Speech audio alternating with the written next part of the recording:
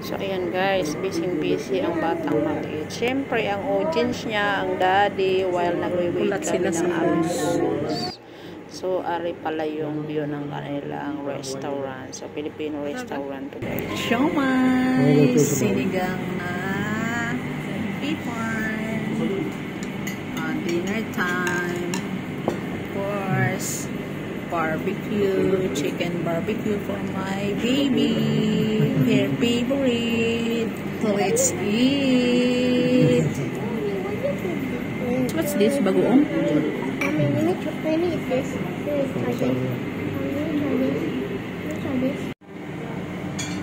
Guys, so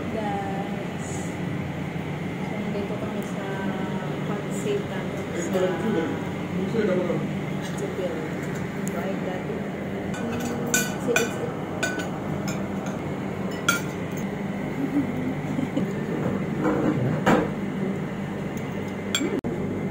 Sarap guys. Guys, ito yung sinasabing kudyapa sa bukid guys. I don't know kung anong tawag ganito guys. Sarap pala siya. First time kong magkatikim dito. Oh, sa mga taga bukid, kumakain ng kudyapa dyan. Kudyapa is like